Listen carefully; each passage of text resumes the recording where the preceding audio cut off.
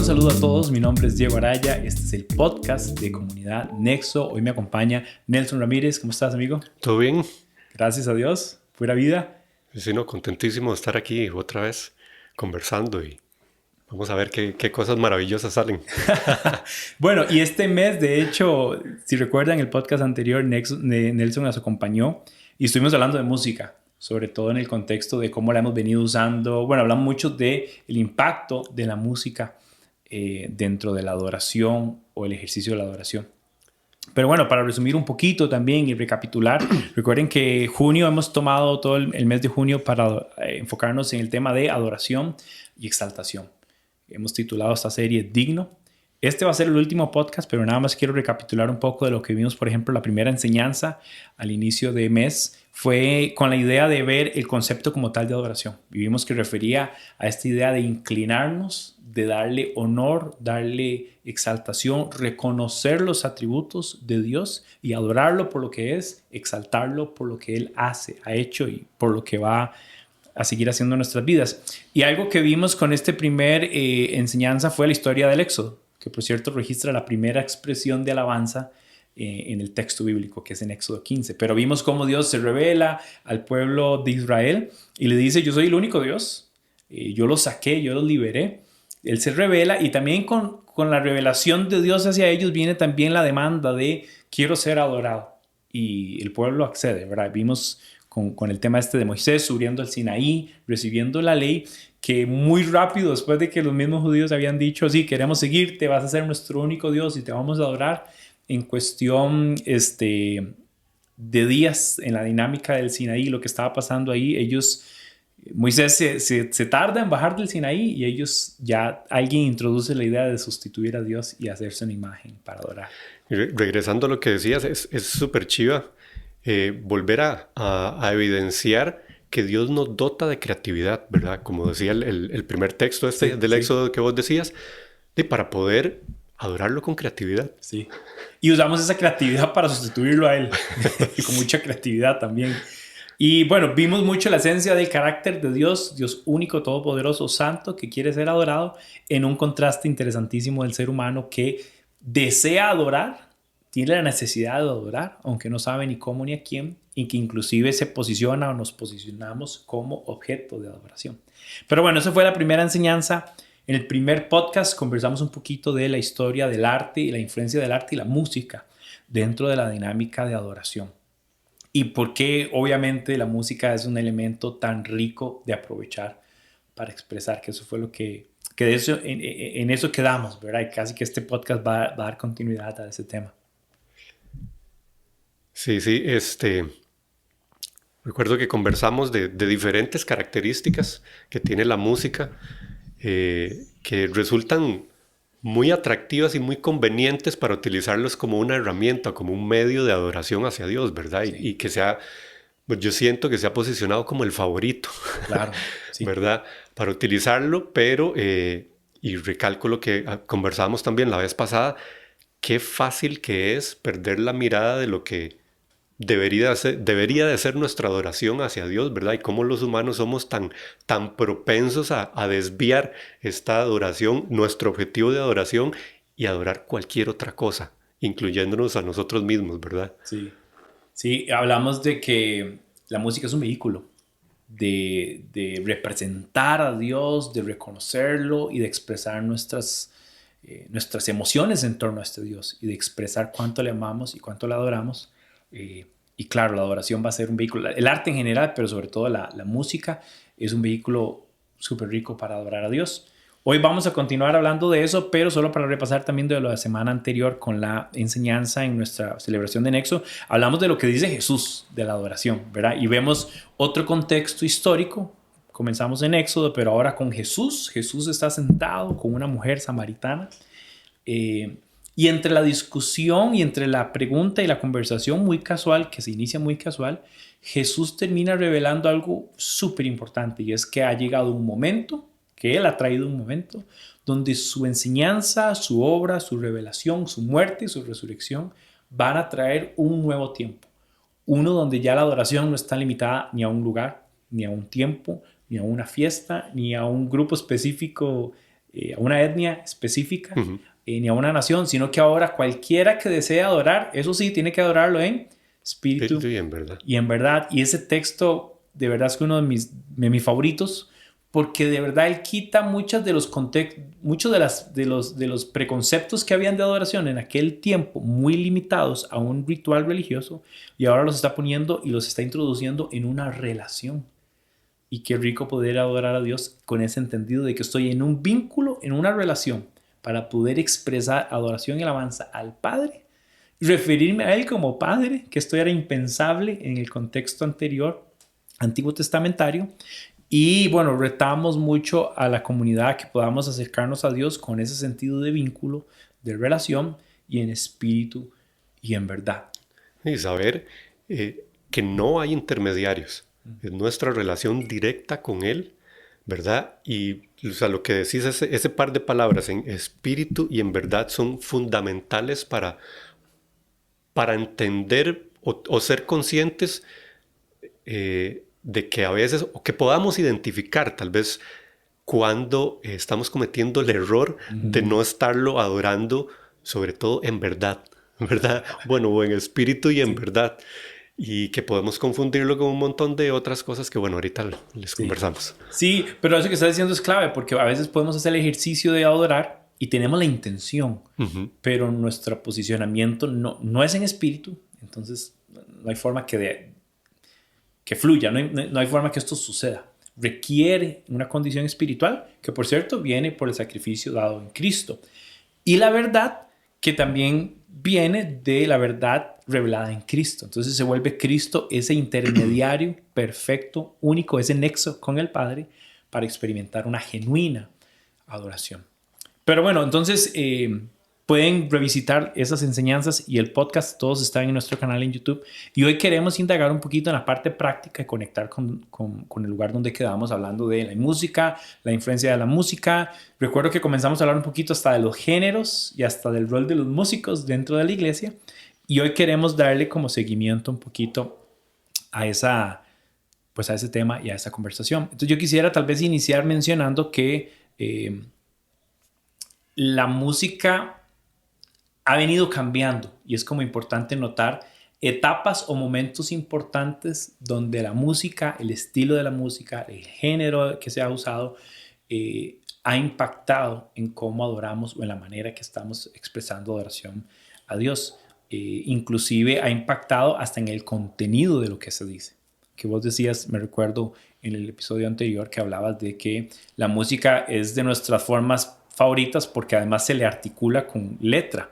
No todas las expresiones artísticas son tan directas quizás o tan explícitas, ¿verdad? Porque hay más ambigüedad en lo que un artista plástico quiso plasmar. Pero cuando hay música y hay letra, es mucho más claro, más evidente. Pero bueno, yo quería hablar de varios momentos en la música y tal vez conversarlos un poquito. Uno inicial es todo el tema y toda la tradición de los himnos y cómo se usaban los himnos en la dinámica de la iglesia, en la dinámica del culto cristiano. Entonces no sé si vos tuviste experiencia de escucharlos, no sé por cuánto tiempo, porque tal vez era algo que ya para nuestra edad iba pasando.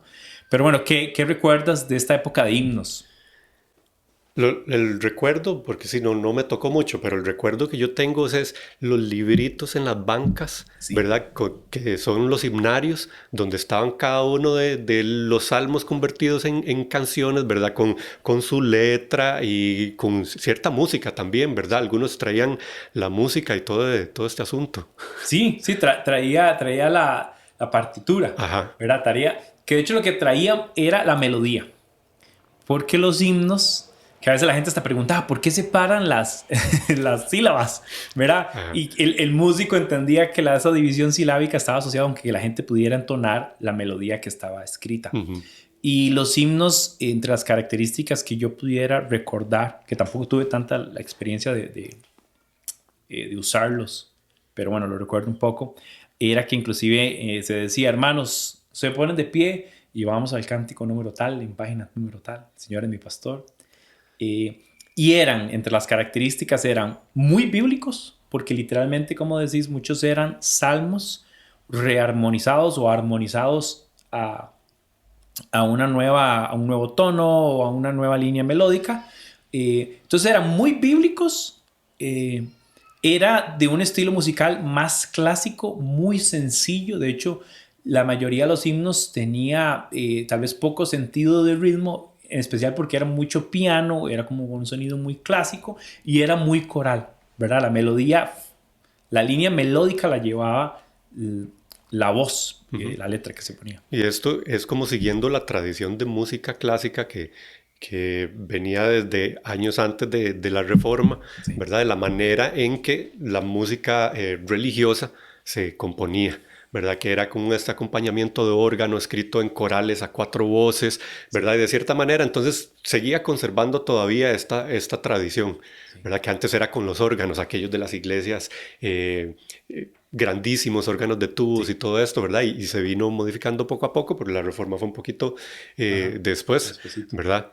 Pero sí seguía como manteniendo esta tradición de composición bastante clásica, ¿verdad? Que digamos que en música clásica hay cierta tradición con ciertas reglas y ciertas maneras de utilizar la música que se venía respetando todavía ahí en ese momento. Sí, y esa dinámica de la cultura y la temporada o el momento histórico incide en las formas y en las maneras. Por eso es bueno entenderlo y hablarlo de esta forma. Los himnos se remontan, bueno, podemos ver himnos desde el texto bíblico, ¿verdad? Los salmos probablemente es el ejemplo por excelencia. Que inclusive escuché alguna vez, no tengo como tanta certeza del dato, pero que el Salterio, ¿verdad? Que es el libro de los salmos.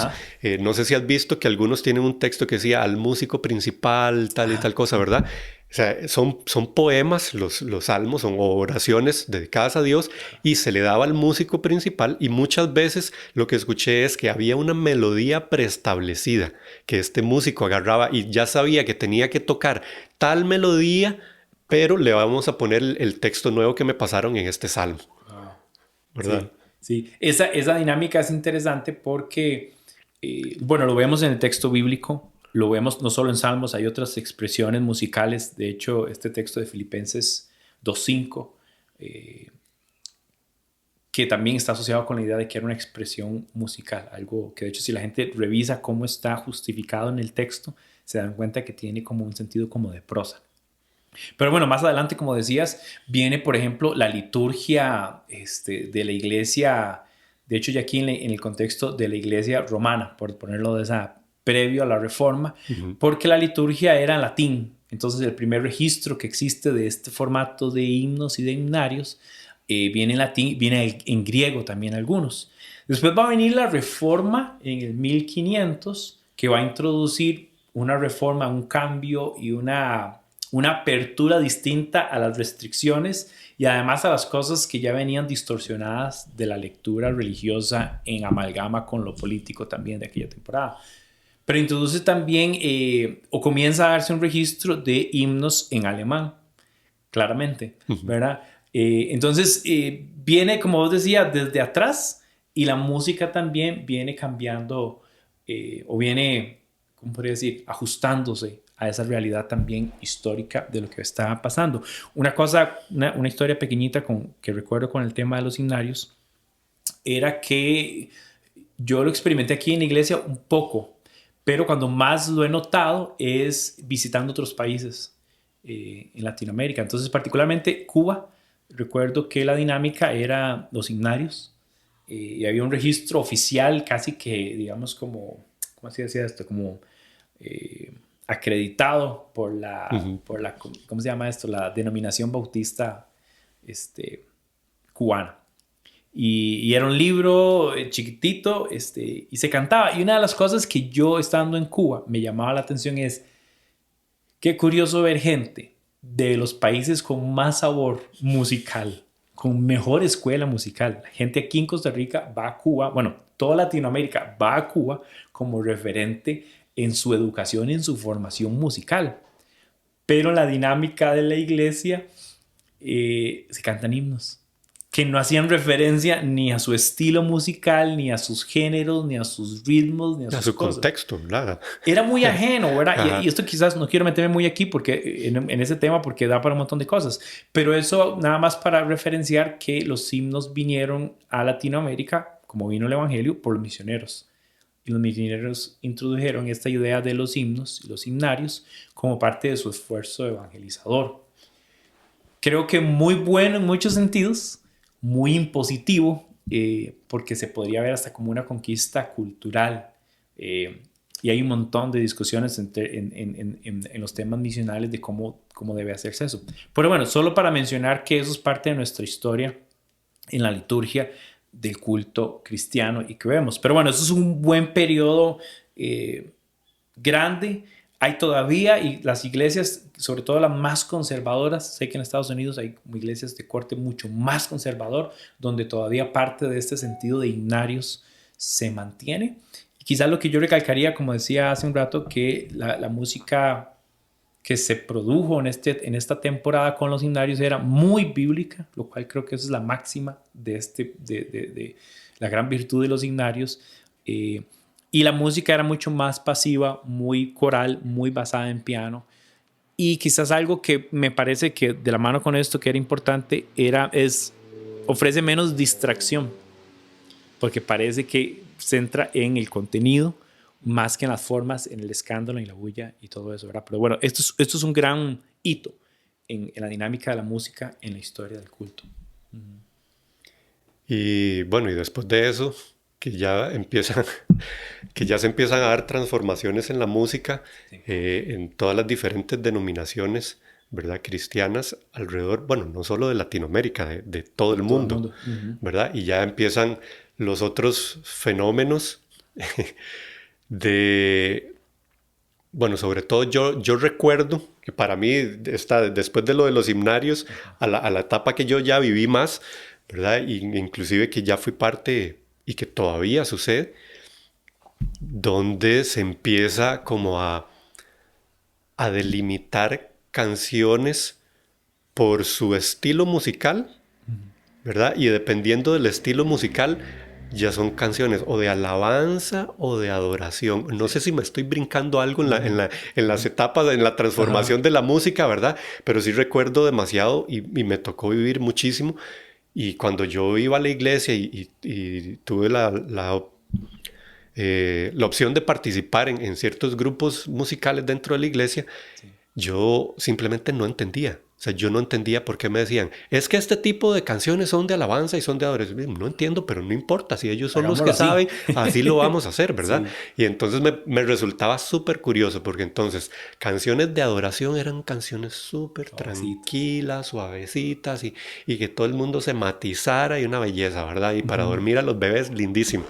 Y canciones de alabanza eran aquellos bailes, ¿verdad? Y aquel fiestón. Intensidad, Sí, sí. sí, sí. Y no sé, me parecía curioso. Nunca me puse a cuestionarlo. Simplemente no lo entendía, pero como yo decía que ellos eran los que sabían, lo hacía, ¿verdad? Sí. Sin saber verdaderamente el porqué de esto. Sí. Y eso que estás diciendo es importantísimo de entender. Y ahora que estás viendo como que tal vez en aquel momento no cuestionabas, para hoy en día para vos es más claro entender y diferenciar el concepto, el fondo de las cosas y la forma. Y siempre enfatizar de que la música es una forma, es un formato, pero no debe cambiar nuestro concepto esencial de esta adoración genuina en espíritu y en verdad.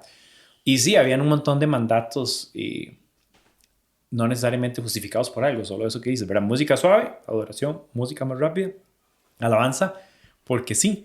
Y de hecho, bueno, yo quería mencionar el tema de cosas históricas, ¿verdad? Por ahí aparece en Estados Unidos este movimiento del gospel que tiene, digamos, tiene como trasfondo de origen el tiempo de esclavitud todavía, en la época de los esclavos en Estados Unidos, y que muchos de estos esclavos negros fueron traídos, fueron evangelizados, unos tenían influencia inglesa y de Gran Bretaña, y venían a los Estados Unidos, y en la dinámica histórica que correspondía en sus trabajos, en sus labores, en su segregación, en un montón de cosas, muchos de ellos se convierten.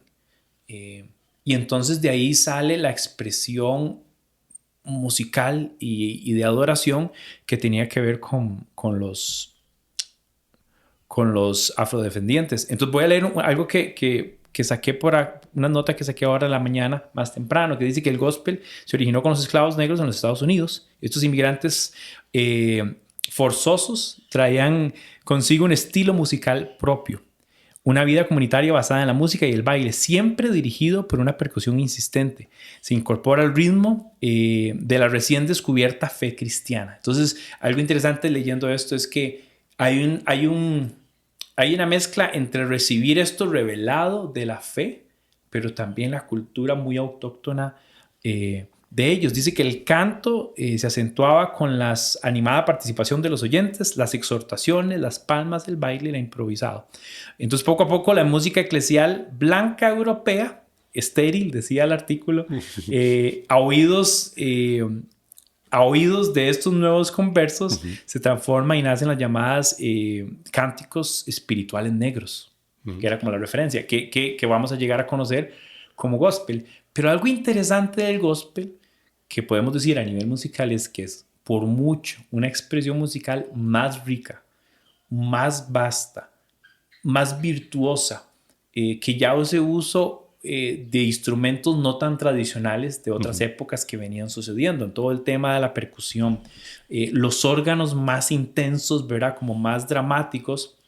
Sí, entonces inclusive los bailes y las danzas y todo esto comienza o genera otro movimiento que curiosamente el gospel termina siendo reconocido como un género, que era, por decirlo así, un fenómeno de cómo se cruzan estas dos cosas.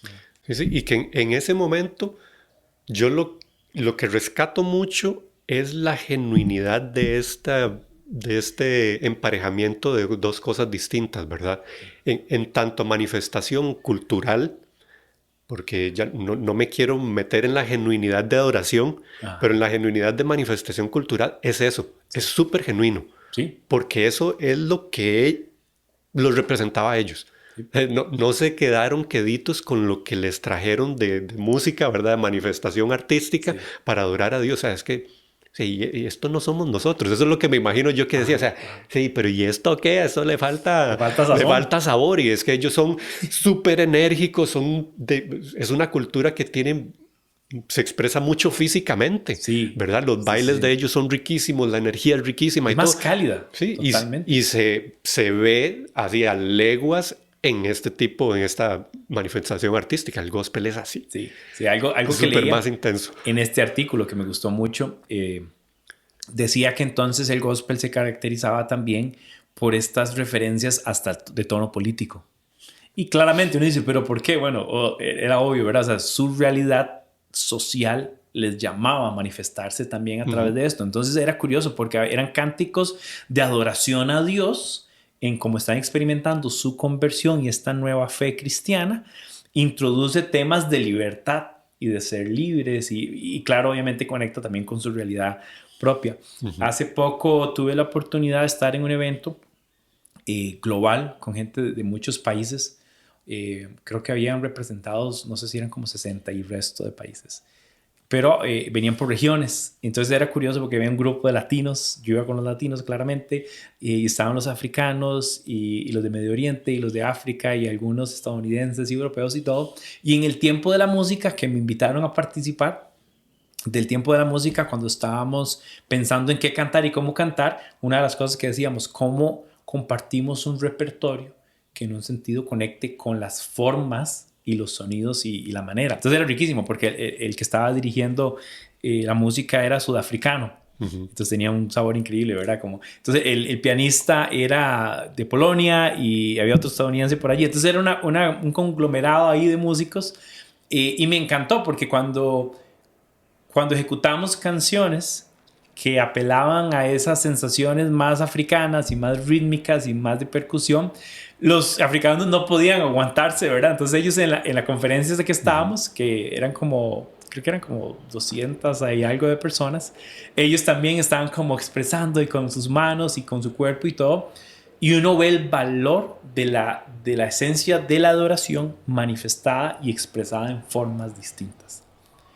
Otra vez volviendo el tema que ha sido medular para nosotros es, queremos cuestionar el origen y queremos siempre guardar este concepto de la adoración en espíritu y en verdad genuina, expresada y bien manifiesta en diferentes vehículos.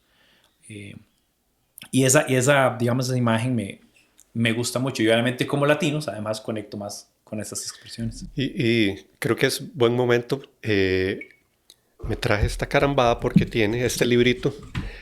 Tiene una parte, este es un comentario de los Salmos que hace Samuel Pagán y tiene un prefacio que dice algo que tiene muchísimo que ver con lo que estás hablando. Dice, ninguna colección de poemas ha ejercido tanta influencia en la historia de la civilización occidental como el libro de los Salmos. Estos poemas bíblicos, ¿verdad? Poemas, que a la vez son oraciones y plegarias ante Dios, revelan lo más profundo de los sentimientos humanos con los cuales las personas se identifican con facilidad. Entonces, lo que me gusta y quiero rescatar aquí para hacer el enlace con la adoración en espíritu y en verdad, es que los Salmos, que es el libro por excelencia de adoración que está en la Biblia, eso fue hace 3000 años, ¿verdad? Más o menos por la época de David, sí, unos 1000 años antes de Cristo, eran poemas genuinos, oraciones dedicadas a Dios, que lo que expresaban era una gama innumerable de sentimientos de lo que estaba pasando una persona en un momento específico. Y ese sentimiento que yo tengo, lindo, feo, de angustia, lo que sea, sí, eso me hacía dirigirme a Dios de una manera demasiado genuina y limpia y transparente, y decirle, Dios, así me siento yo y eso es lo que es usted para mí en este momento. Claro. Y así lo necesito yo usted. O me gustaría que pase esto. Pero era demasiado genuino con el momento, ¿verdad? Y eso es lo que le doy a Dios. Claro. Y, o sea, y así ha sido. O sea, creo que eso es demasiado rescatable de lo que la Biblia nos puede ofrecer. Porque también... Ahora que hablábamos de los himnarios, ok, están basados en texto bíblico, chivísima. Hay muchos basados en estrictamente salmos. Ok, está basado en texto bíblico, pero en este momento, en el momento que yo tengo de adoración, esto que dice este salmo es verdaderamente lo que yo siento en este momento, lo que yo sé, lo que conozco de Dios y lo que yo necesito decirle a Dios en este momento específico. Eso es lo que todos tenemos que preguntarnos siempre. Esto es lo que yo necesito decirle a Dios en este momento. Esta es la manera en que yo le quiero decir las cosas a Dios en este momento. Porque por más que yo sea latino y que me encante la salsa y el merengue y todo, y que chiva poder hacer salsas para Dios y cumbias y todo. O sea, si en este momento yo lo que necesito es meterme detrás de esta maceta a llorar y limpiarme mis mocos con las hojas y en ese momento decirle a Dios lo que me está pasando y darle gracias, porque en medio de mi dolor recuerdo cómo Él me rescata, cómo Él me levanta, cómo Él un montón de cosas. Esa es mi adoración genuina. Sí. Y no ponerme a bailar salsa porque en este momento yo estoy desbaratado. Claro, claro, totalmente. Y eso me encanta porque pensar que Salmos es el libro más extenso de la Biblia. Está ahí. Y todo lo que expresa, como vos decís, muy genuino. Pensando en David en momentos claves de su vida, por ahí el Salmo 50, 51, 52, por ahí hay varios donde él está reconociendo su pecado, lo está expresando cómo lo hace sentir esto. Inclusive creo que es el Salmo 51 donde inclusive David da esta expresión de, yo sé que debe haber algo más. Yo sé que los sacrificios y holocaustos no te complacen. Yo sé, o sea, como pareciera David tratando de entender cómo Dios eventualmente va a mandar ese algo más, que es Cristo. Y yo creo que es un reto importante cuando hablamos de adoración y alabanza, es qué tan genuino estoy siendo. Esa pregunta que hacías. Es cómo puedo dirigirme a Dios sin la careta o con el intermediario de decir lo que alguien más dijo, o decirlo en la forma en que alguien más lo dijo. ¿Verdad? ¿Qué pasa en las oraciones? La gente suele orar parecido al pastor tal, o al líder tal, o al amigo tal, porque lo escuchó por tanto tiempo y asumo que esta es la mejor forma y las palabras correctas, pero no son las tuyas. Quizás aquí también viene un reto importante que es balancear la adoración individual mía, por decirlo así, más íntima, más personal, con la dinámica de la adoración congregacional y digamos de corte comunitario, ¿verdad? Como iglesia. Y de ahí también que sea muy bueno entender cuándo estas expresiones funcionan mejor según el grupo o el momento. Que no es una lectura fácil de hacer, ¿verdad? Porque a diversidad de cómo nos sentimos sería difícil cómo introducir estas formas, digamos, hablando del culto y la reunión de celebración. Que inclusive para nosotros como comunidad de fe, ¿verdad? Anexo, dentro de las cosas recuerdo que discutíamos a la hora que planteábamos cómo iban a ser nuestras reuniones, nuestras celebraciones, nos cuestionábamos muchísimo. Va a haber música siempre, ¿verdad? Y esta es una de las razones por las que nosotros decidimos que no se iba a hacer como un ritual. La música siempre va a ir en este momento y durante tanto tiempo. O sea, tratamos de proponerlo más como algo que nos ayude a lograr nuestro objetivo de enseñanza, nuestro objetivo de objetivo total, ¿verdad? En cada una de las celebraciones, más que como un ritual que se tiene que cumplir siempre igual, ¿verdad? Sí. En cuanto, ahora vienen, es media hora, ¿verdad? De música y esta media hora tienen que ir 2 piezas de alabanza y 3 de adoración, sí. O sea, y lo que volvemos ahora. ¿Por qué piezas de alabanza y piezas de adoración? ¿En dónde dice en la Biblia que eso tiene que ser así? Sí. Sí, ¿verdad? Es una locura. Sí, es un gran reto reconsiderar esas formas. No para satanizar ni señalar otras o lo que sea, pero sí para sacudirnos de lo que se vuelve un rito y perdió una esencia en por qué lo hago y para quién lo hago.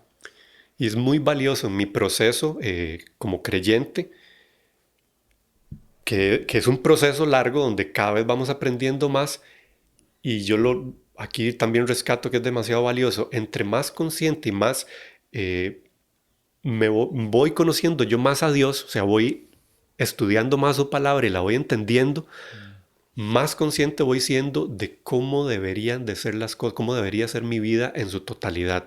Y más me ayuda a cuestionar todo lo que pasa en una congregación, en un grupo de cierta denominación, lo que sea, ¿verdad? La manera en que tengan de celebrar a Dios se puede cuestionar con más validez para lograr otra vez lo que insistimos desde el principio, que nuestra adoración sea genuina, siempre.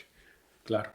Quiero introducir un momento histórico más, que es el que más describe dónde estamos ahorita. Hablamos de los himnos, hablamos, toda la idea de los textos que ya están ahí en la Biblia, que tienen este carácter de poesía, de prosa, de música, de musicalidad. Vimos el tema de la influencia del gospel también, que sigue estando presente además.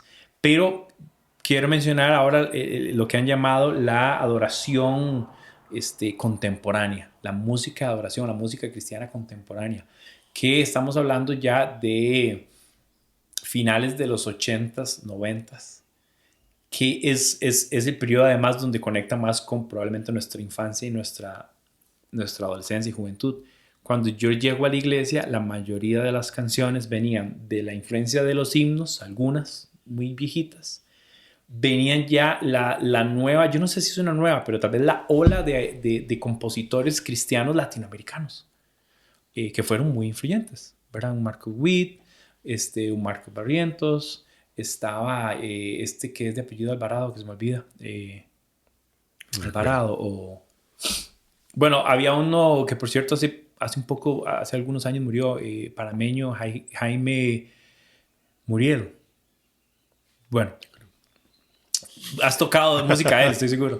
Y hay varios ahí. Y esta temporada yo la rescato, sobre todo porque fue la temporada en la que más estuve y como que recibíamos de primera mano esa música. También comenzó a suceder el fenómeno de la influencia de la música en inglés. Y se introduce también toda la dinámica del worship, que fue algo que a mí, ya tal vez esto más en el 2000, a mediados, yo recuerdo que a mí no me golpeó, pero a mí me retaba la idea de por qué había diferencia entre adoración y worship. Si es solo, ¿verdad? Es la palabra que corresponde al un inglés. idioma y otro. Sí, exactamente. ¿Por qué? Porque de hecho yo me recuerdo, tengo esta historia. Un amigo llega y me dice, ocupamos un afiche. Yo estaba haciendo unos diseños. Sí, yo te ayudo, claro. Pon que es un worship night. Entonces yo estaba haciendo el afiche y yo estaba como buen diseñador juzgando todo lo que dice, por qué lo dice. Y yo decía, bro, no es una noche de adoración, ¿verdad? Sí. Pero no es de adoración, es un worship. Entonces yo quería como que él me explicara qué tenía de especial que fuera un worship.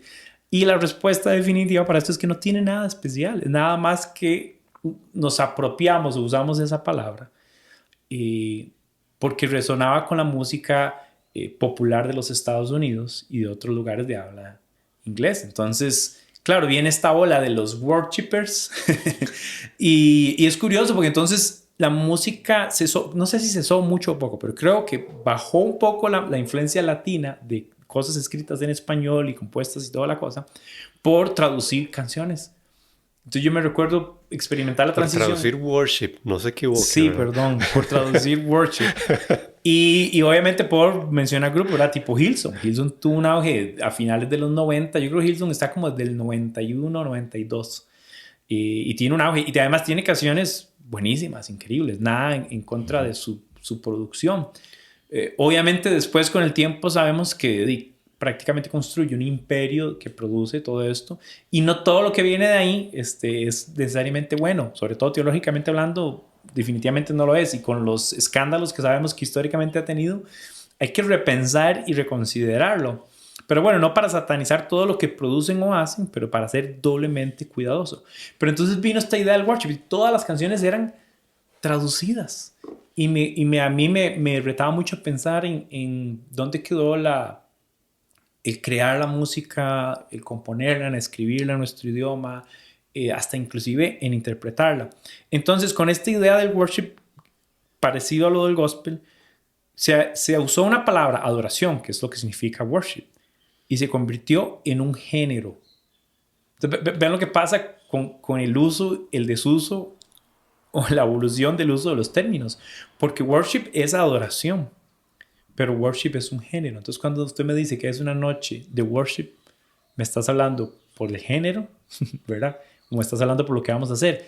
Y ya sabemos que worship es más cool, porque entonces nos metieron sonidos nuevos y música nueva, que obviamente estaba hecha para que resonara con la cultura pop del momento, ¿verdad? Entonces, un ejemplo de esto. En los 90 se está sonando YouTube un montón. Es una banda, es una de mis bandas favoritas, ¿verdad? Y entonces la gente dice, sí, es que el worship, una de las cosas que lo caracteriza son las melodías, piano, pero introduce mucha guitarra. Y mucha guitarra con sonidos sintetizados y ya como modificados.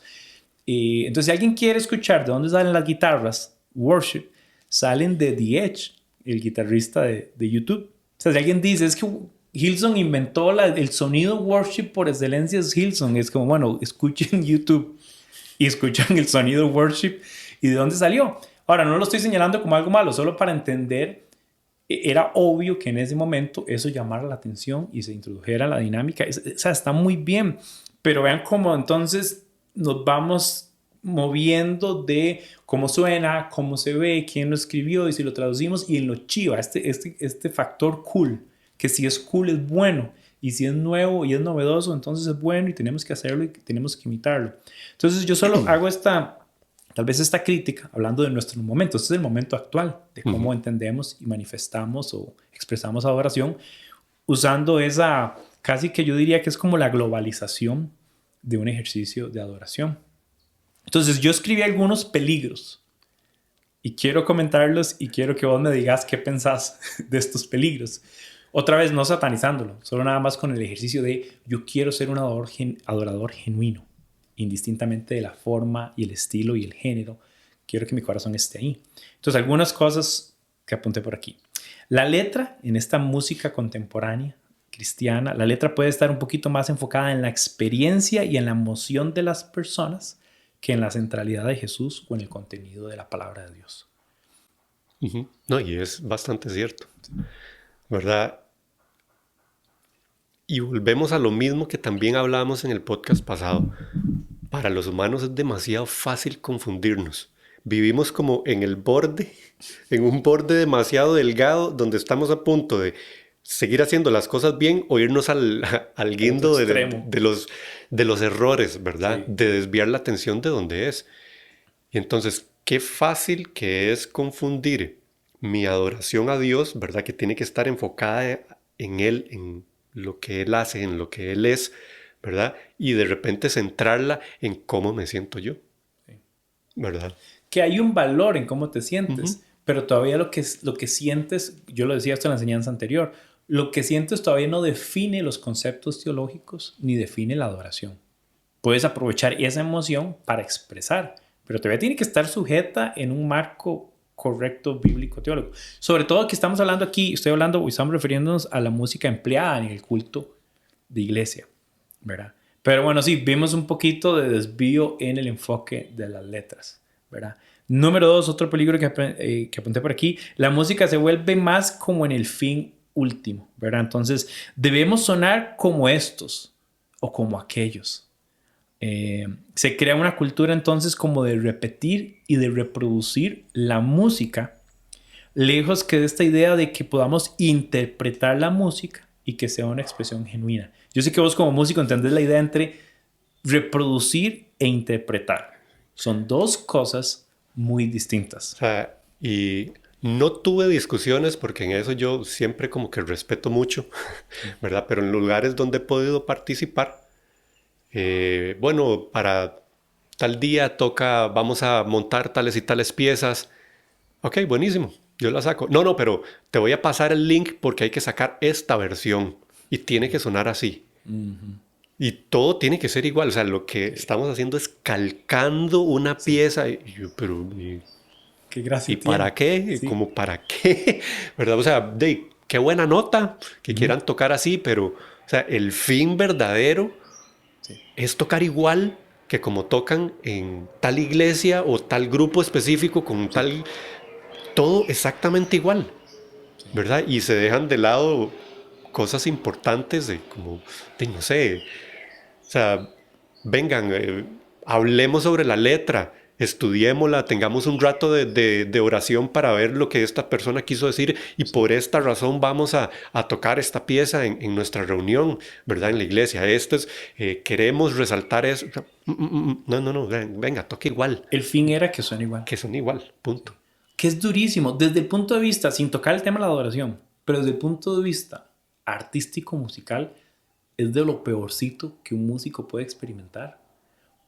Porque las obras, si alguien te da una obra, por más contemporánea que sea, o clásica o lo que sea, siempre hay un espacio en el que se espera que el artista como que tome esto que está ahí, que está puesto en el tempo y en el ritmo y todo, el tono y todo lo demás, pero hay una interpretación que sucede.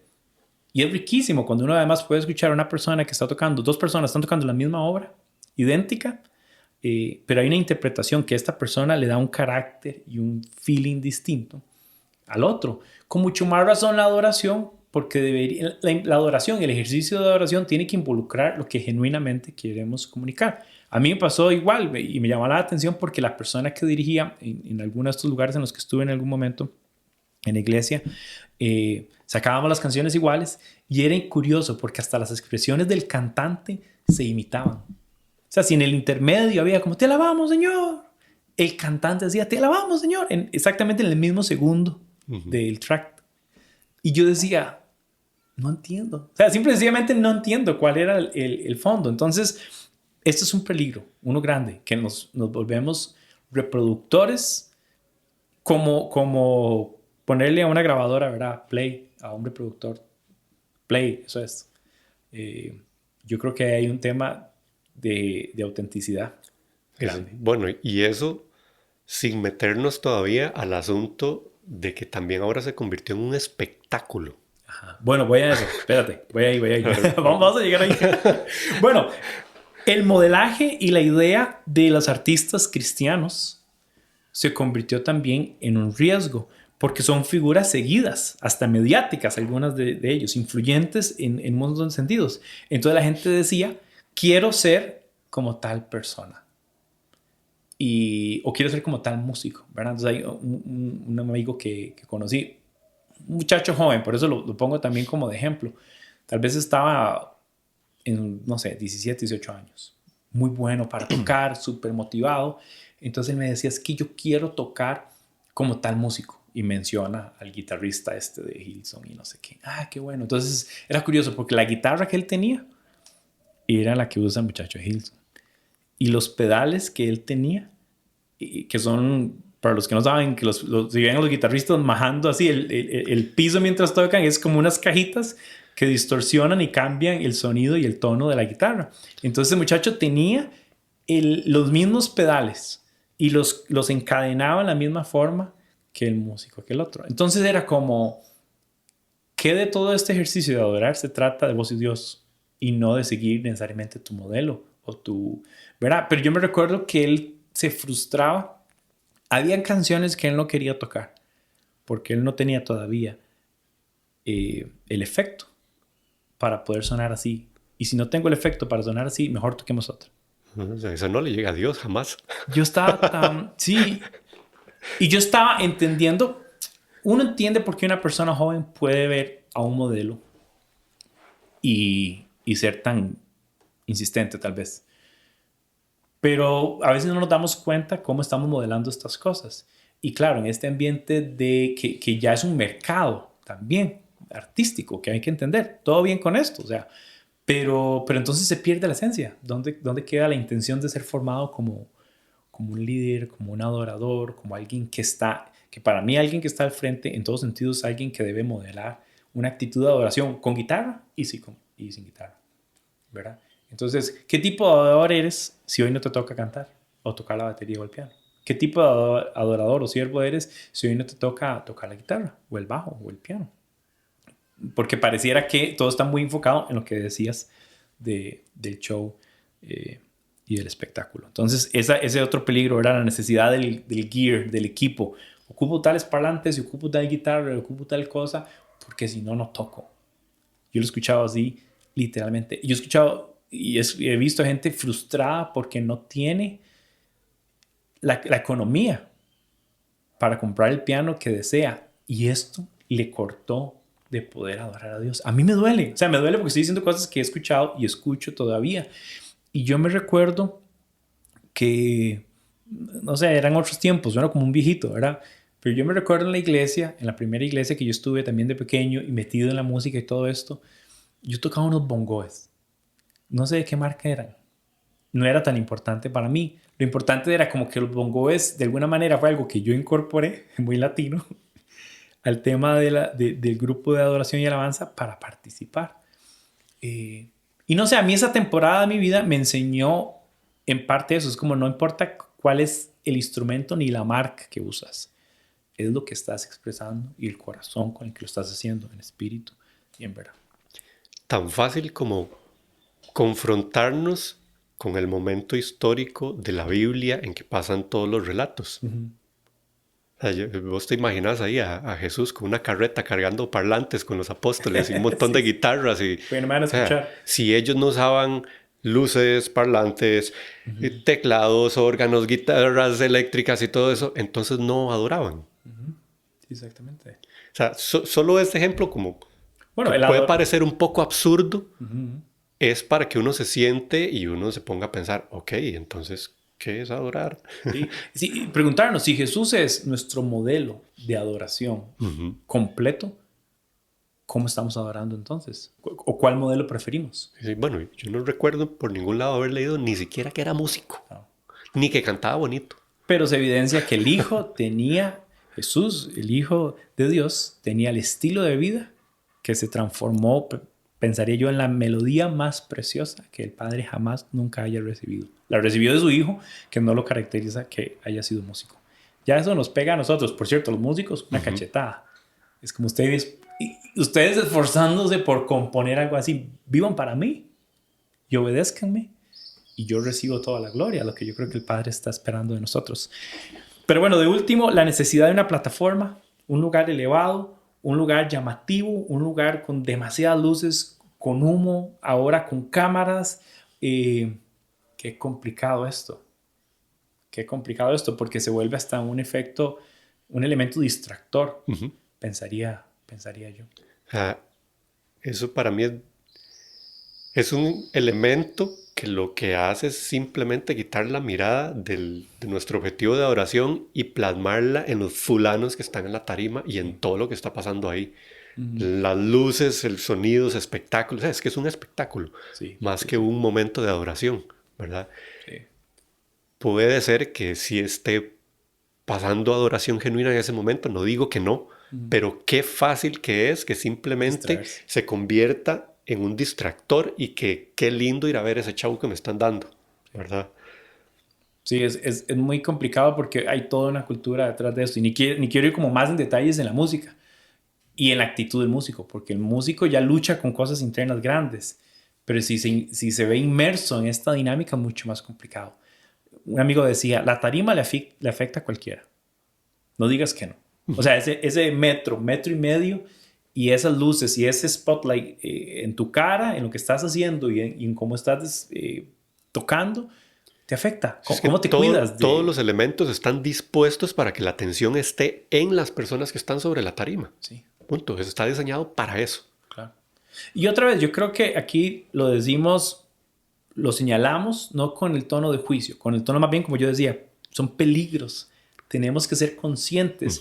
El día de mañana, si nosotros tenemos la capacidad de tener un escenario que es más atractivo, más llamativo, está bien, pero que nosotros nosotros mismos podamos ser conscientes de dónde hay límites para que una cosa no se interponga con la otra. Y no es solo fácil para, digamos, las personas que están en ese lugar observando este show que está pasando, sino para la persona que está ahí arriba también confundir que todos esos aplausos o todos esos cánticos y lo que sea no son para Dios, son para Él que está interpretando, Sí. ¿verdad? Y si me ha tocado tener que compartir tarima con gente que se la cree así fuertísimo.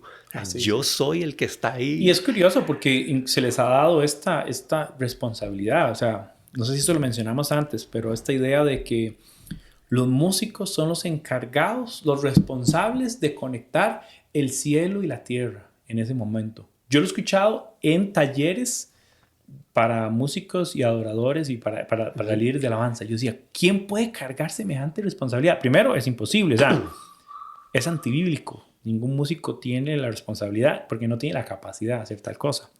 Pero decían frases como si conectar el cielo con la tierra. El otro decía que tienen la responsabilidad o la facultad de que en ese momento las puertas del cielo se abran para que pase a X, Y cosas. Entonces, qué complicado.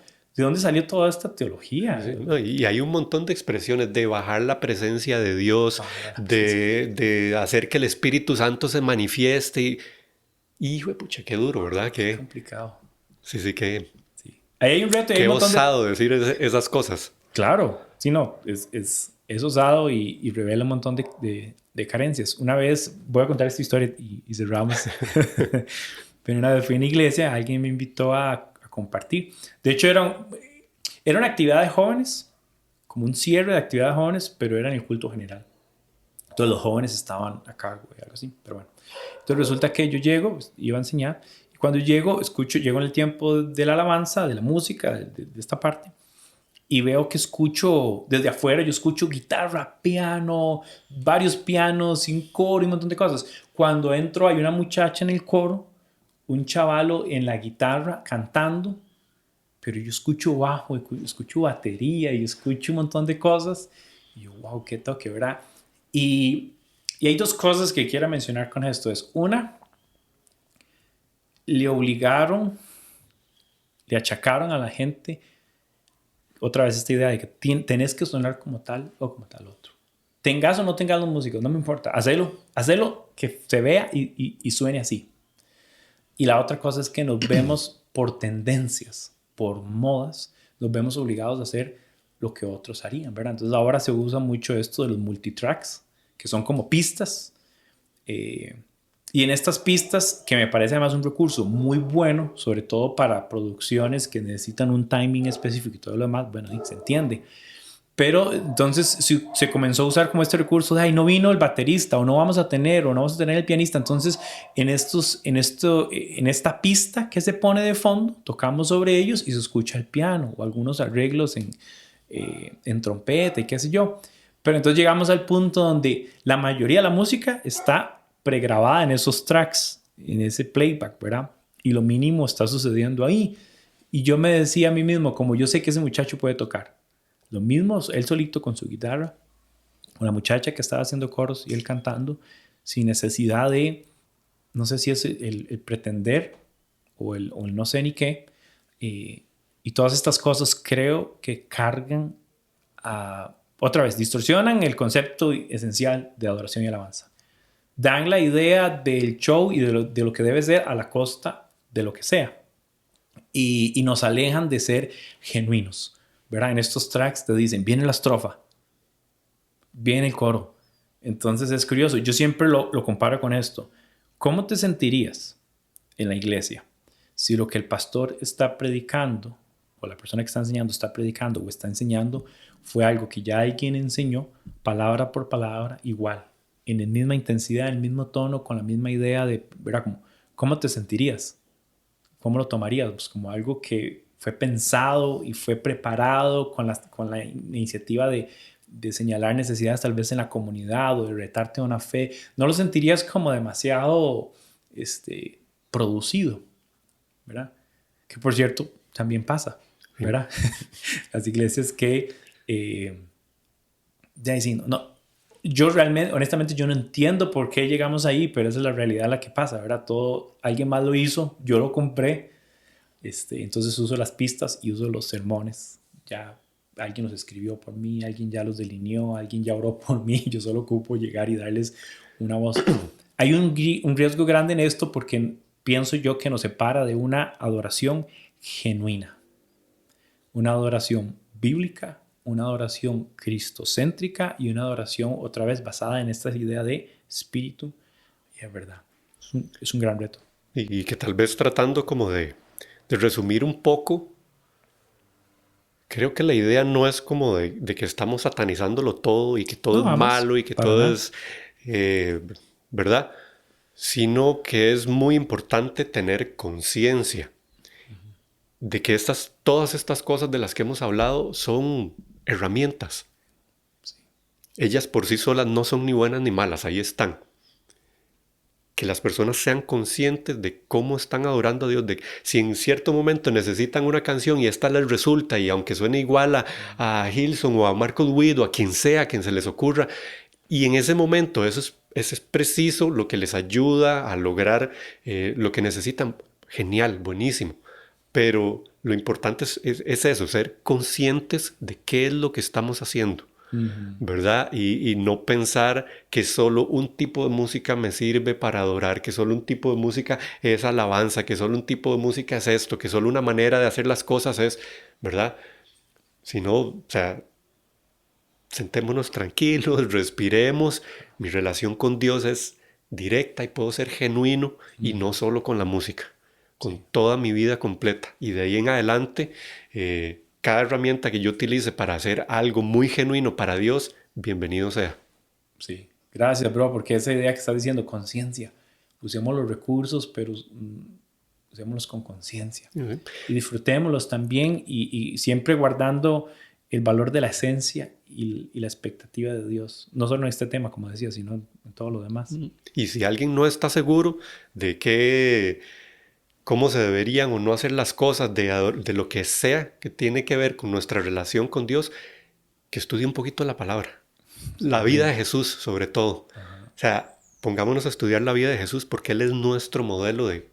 Ahí están las claves de todo. Sí, totalmente. Y eso ha sido lo que me ha aclarado en mi vida demasiado cómo es mi relación con Dios en la actualidad.